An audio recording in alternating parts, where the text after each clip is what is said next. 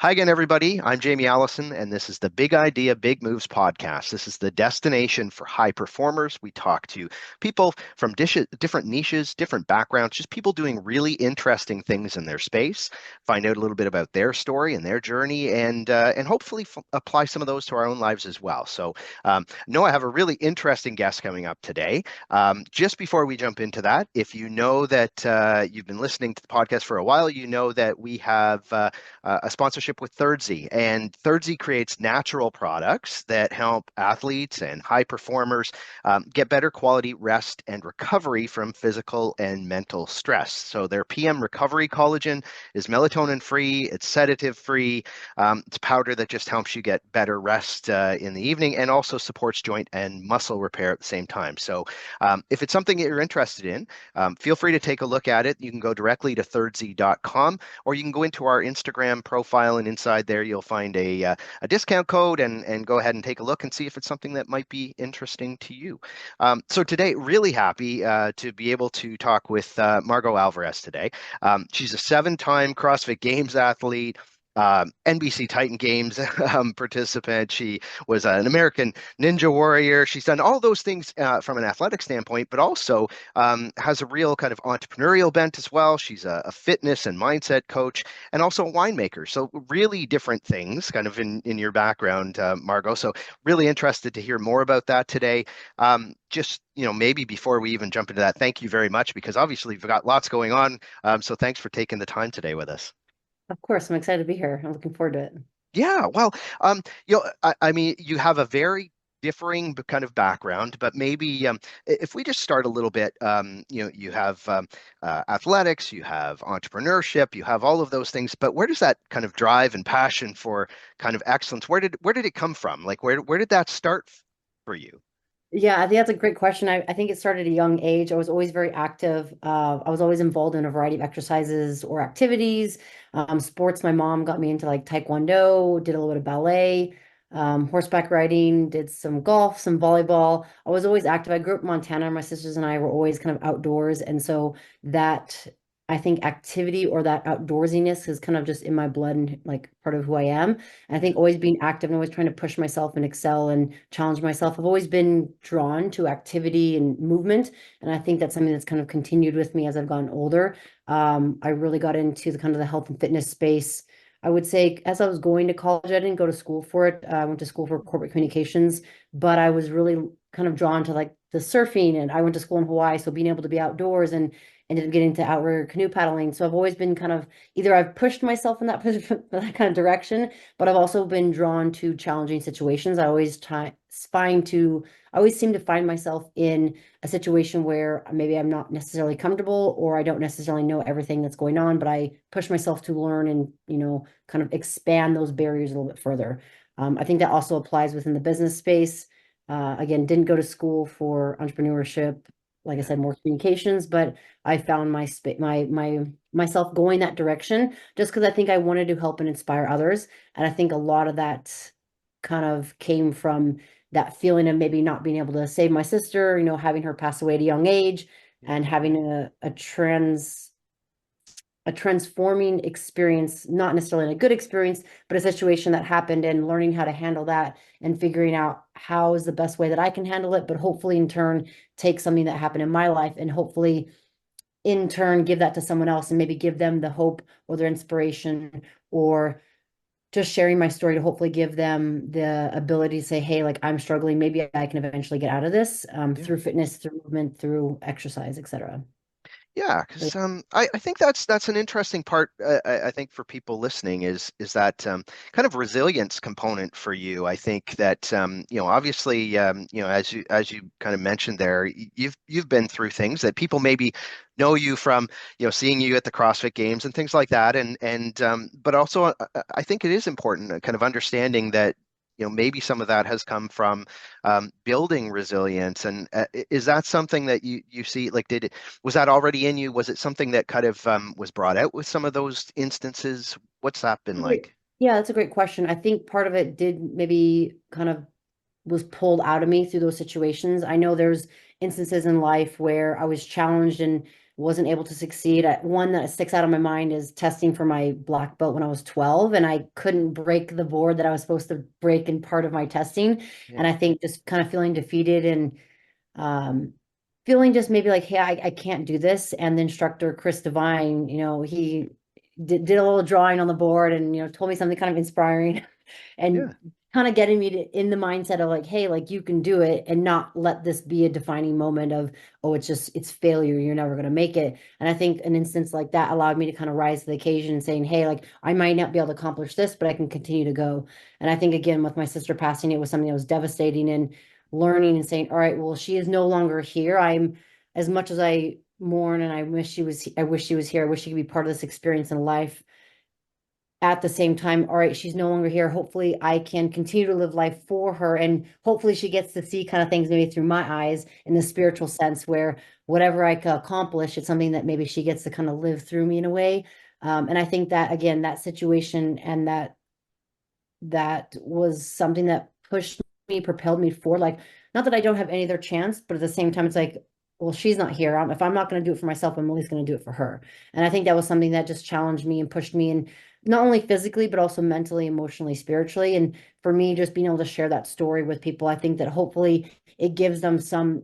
I don't think comfort's the right word, but gives them some maybe cushion saying, all right, there are others that have struggled through this, that they have had challenges. They are, in this deep, dark position that they're having a hard time to get out. And maybe, just maybe like, I go for a walk and I maybe feel a bit better. Or I talk to a friend, I feel a bit better. I journal and I'm able to pull myself out of this hole. And I think that's something that kind of pushed me in there. And I think I am very, I would say not necessarily hard-headed, but I think I'm very determined. And I think I also didn't want to like say, all right, this is the end of the road.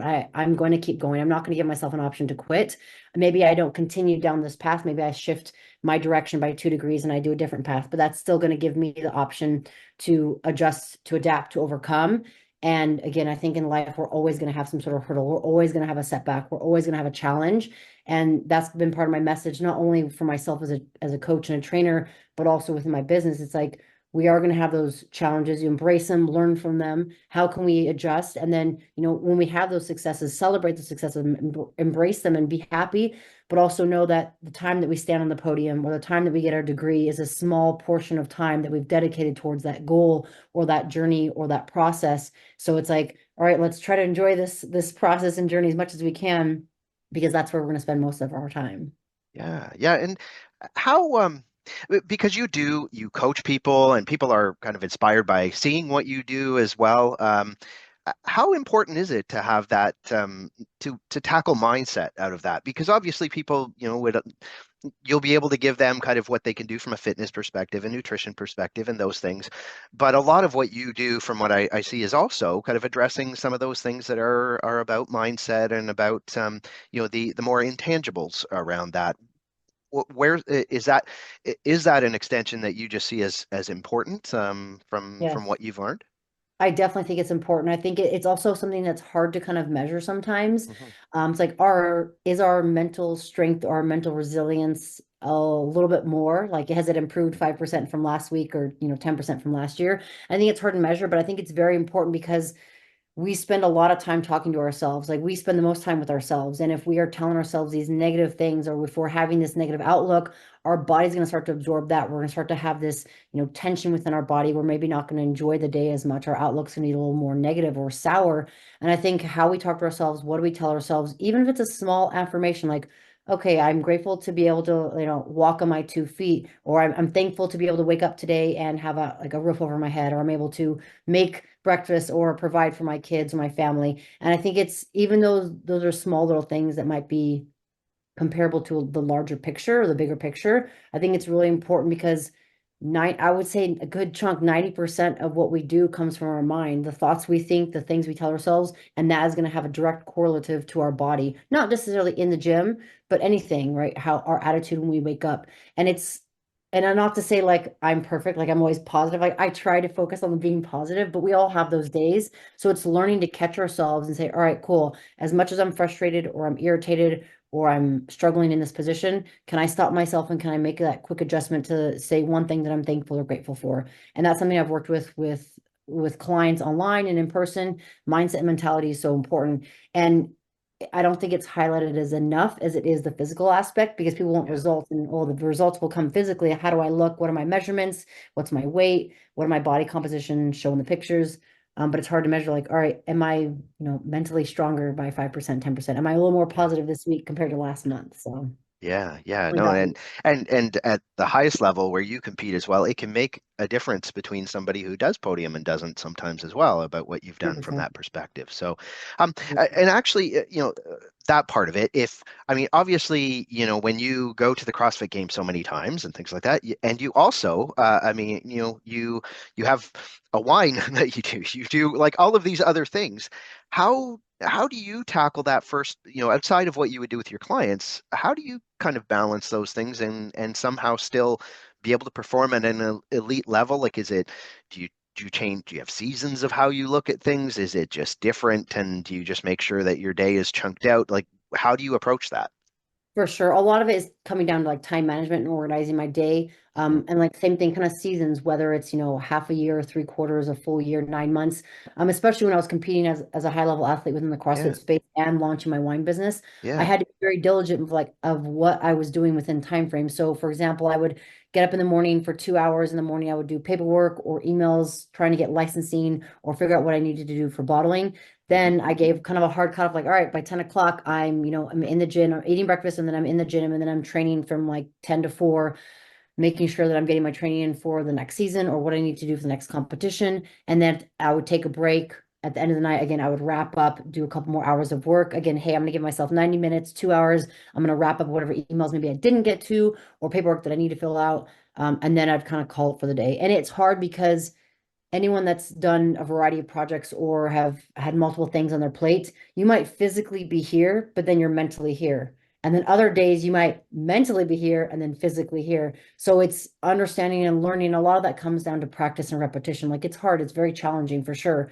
But if you don't structure your day or you don't give yourself those parameters to say, hey, I'm making an appointment with myself at 9 o'clock to go to the gym for an hour, or at 6 a.m., I'm meeting my friends and we're going to class and I'm making sure I'm getting my fitness in. I've noticed that making an appointment for your exercise or your fitness or your gym time isn't necessarily a priority compared to making an appointment for like your dentist or your Yeah, doctor or taking your kids to school. So organization and time management has been huge, and that's something I still have to play into now. Yeah, I'm not competing at a high level, but I'm still competing in some different facets, and I know that I need to make sure my body is feeling good, injury free, and also getting my training in, but also making sure that I'm working on my brand and my company and everything else that's underneath that laundry list. And it's hard, yeah, it's hard. It is difficult at times. And maybe the days, I will say that maybe the days don't always go to plan. And if you have this entire list of, hey, this is how the day's going to go, and it completely gets washed, it's mentally, it is a test because it's now you have to focus on, all right, this didn't go to plan. That's okay. I got one or two things done. I will push everything else to tomorrow and I will not stress about it because if you stress, it will eat you up inside. I can speak yeah. from experience. And then now you're kind of taking a step back and you're having to kind of restart all over for the next day. Yeah, it's kind of that guilt factor that goes with it and everything, Yes. which you have to get past. And you talked a little bit about how entrepreneurial stuff is you have to kind of juggle those things, but eventually, like you're obviously spending a lot of time doing that now. What kind of things do you see crossing over from how you manage yourself for doing kind of elite athletics, but even just athletics generally? What kind of things do you see that translating into success in kind of entrepreneurial pursuits as well? Like, do you see a lot of things that connect across? Yeah, I do. I think, and this is kind of something that why I moved into why I decided to launch my wine company and wine brand Hmm. was that you spend a lot of time in the gym, trying to reach your goals, trying to compete at a high level, stand on the podium. Yeah, The amount of time you're spending in the gym to get to that goal is far larger than it is when you stand on that podium. And yeah, same thing with the business, like getting all the paperwork set up, doing whatever you need to do, maybe behind the scenes, trying to get my wine into locations or wine shops and having doors closed in my face, being able to get back up the next day, the next week, the next month and say, all right, I was told, no 20 times, I'm still going to continue.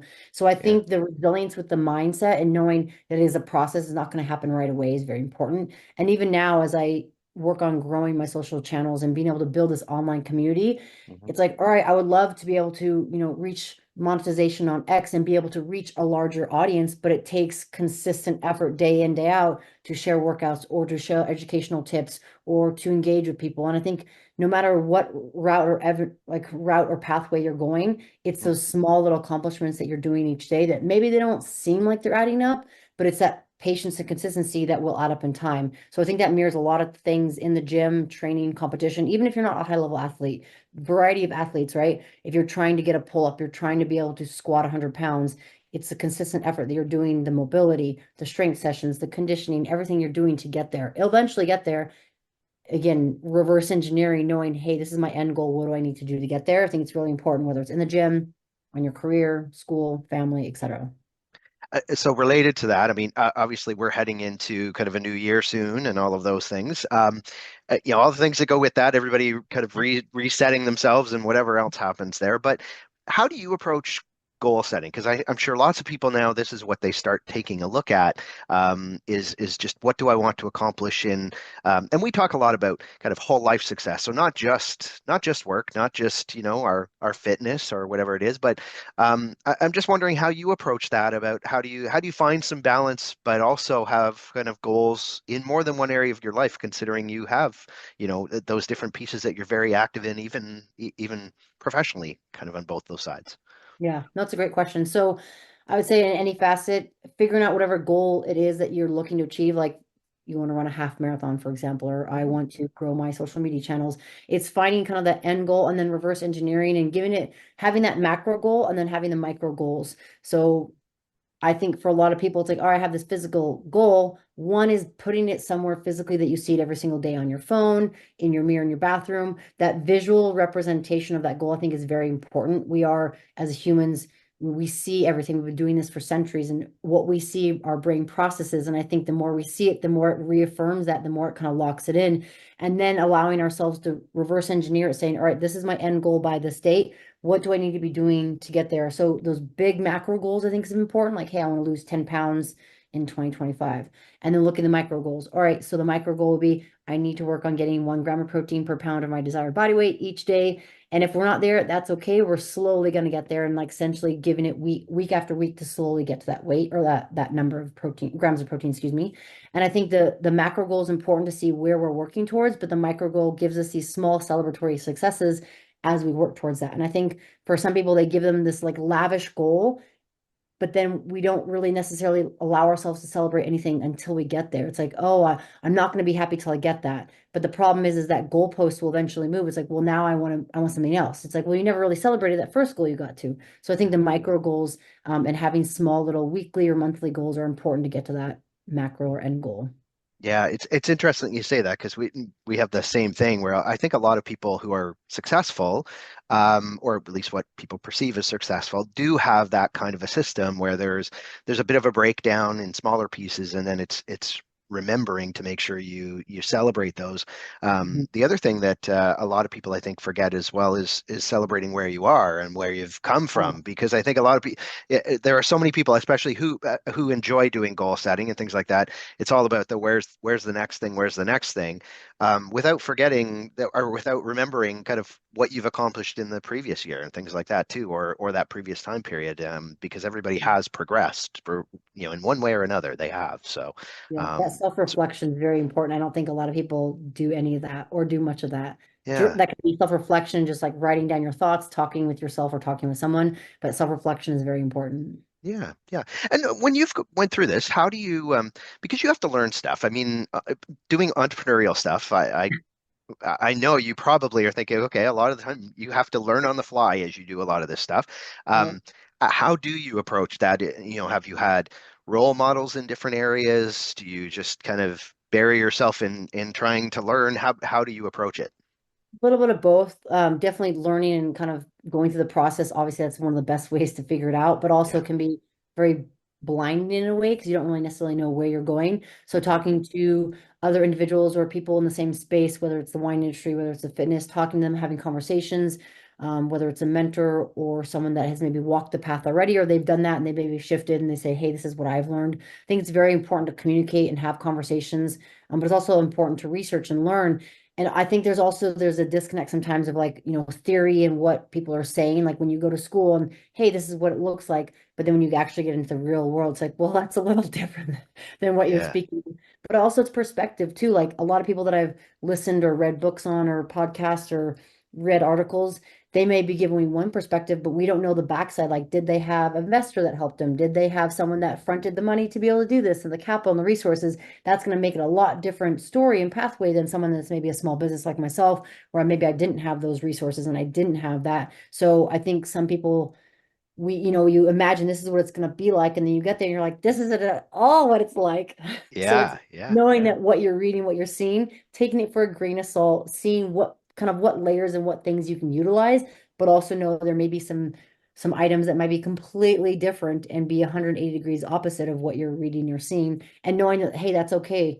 Not every situation is going to be exactly the same. It's just like if I'm sharing nutrition information for someone, say, hey, let's give you some milk. It's great, great ratios of protein, fat, and carbs. And if they're lactose intolerant, then that's not going to help them. Yeah, yeah. No, that's important to know for a lot of people that there's, especially when you're in business and things like that, that if you think something is a certain way, things like investment and and maybe other expertise that somebody has that you may not be aware of is really impactful to their pathway too. So, Definitely. and actually, I would be interesting to know because you've built a kind of supportive community around what you do, and that's a big part of kind of the success of what you do as well.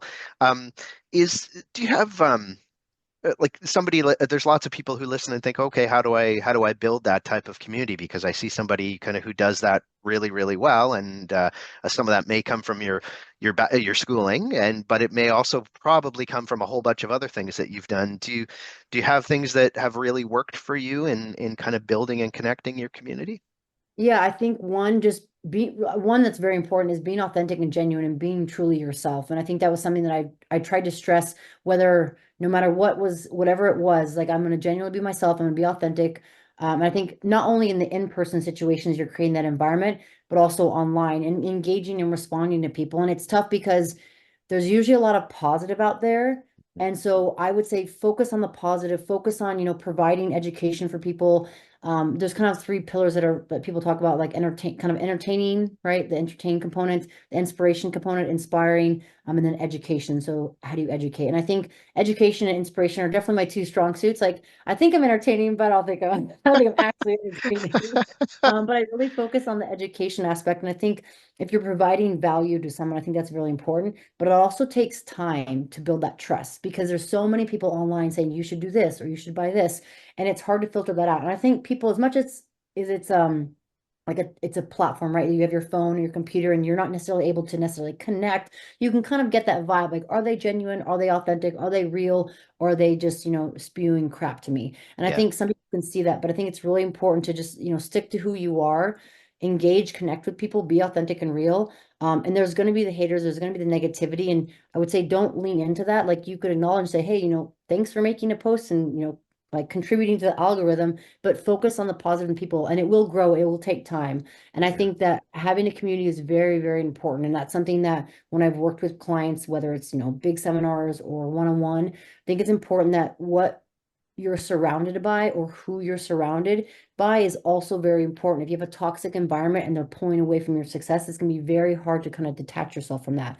Unfortunately, it usually is people closest to you, friends, family, spouses, which is unfortunate, but not to say that's always the case, but understanding that sometimes you might have to say no to an environment or group of people to say yes for yourself. And that's hard because people are like, oh, you're being selfish. Well, it's not being selfish. It's being, I need to put myself as a priority to allow myself to fill my cup so I can be in a better position to then fill other people's cups. yeah, yeah. No, that's great, great overview. The one thing I did want to ask you is people know you from from CrossFit and whether it's Ninja Warrior and all that stuff. One thing that I found interesting is the long drive stuff that you Uh, did as well. Where did that come from? It's just when you read through some of the stuff that you've done, and then oh, that one stands out as just being really super unique compared to some of the things that you've yeah. done. Where did that come from? Yeah, so I did. I grew up playing golf in junior high and high school. I really wanted to play golf at a collegiate level, but that didn't happen. Fast forward to 2018, after my last individual year competing with CrossFit, I was like, all right, Hmm. don't know if I'm going to continue down this pathway. It's been great. I love it. Ended up watching World Long Drive on the Golf Channel. I was like, this looks pretty cool. Like, look at these badass chicks like smashing Yeah. balls down the fairway. Like, well, I've played golf. I was like, let's see. So I kind of got into it. I ended up playing or competing in 2019. I absolutely loved it. It's been around since I think it's like 2007, 2006. Hmm. But the women's division is a lot smaller than the men's. But it Okay. was really cool. And I think obviously having 10 plus years of experience golfing, like that helped me. But also having lots of strength training at the Yeah, gym power. also helped me. Yeah, I had a lot of Yeah. power, but like my range of motion with upper body was not there. Yeah. Cross, one way. Yeah. And so that rotation, that transverse movement was a little more difficult, but I absolutely loved it.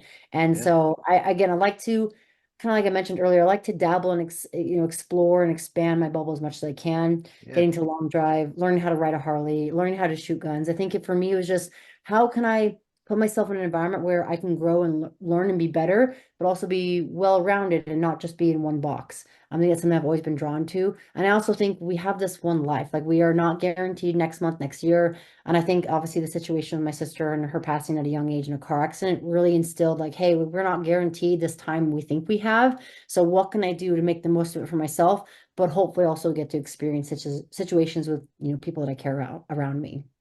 So For those yeah. those people that know you, I mean, probably know you, maybe not the closest that know you, people that know you from TV and know you from all of these other things.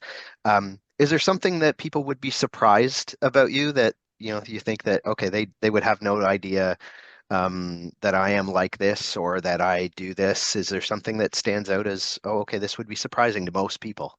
I think, well, within the fitness space, like I can't play basketball. I'm horrible at basketball. So they're like, oh, you must be great at everything. No, Yeah, basketball is for sure the one I'm not good at. And I think that when it comes down to it, like I mean, I just I love slapstick comedies, like stupid movies. Sometimes people are like, oh, you must always be like always education or information. And I think also like for me, it reminds me of my sisters when we grew up, we'd watching like stupid dumb movies like the slapstick comedies.